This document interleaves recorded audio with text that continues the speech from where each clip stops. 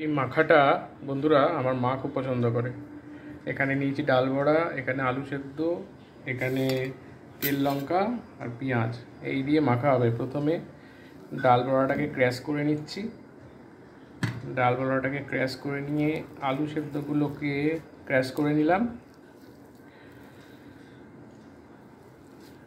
এইবার আলু সেদ্ধর সঙ্গে ডাল বড়াটা মাখলাম, একটা লঙ্কা দিলাম,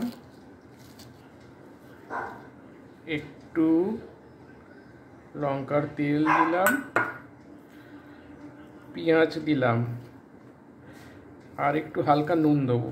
এই দিয়ে জল ভাত মা দারুণ পছন্দ করে। তো দেখতে থাকো, সঙ্গে থাকো। এই যে মায়ের থালা রেডি হয়ে গেল। এখানে আলু ভাতে মাখা, ভিজে ভাত, মা নিজেই বলে দিয়েছে, লঙ্কা তেল আর মাখা। নাও তোমার ফেভারিট খাওয়া, দেখো ঠিক আছে তো? হ্যাঁ, খুব সুন্দর।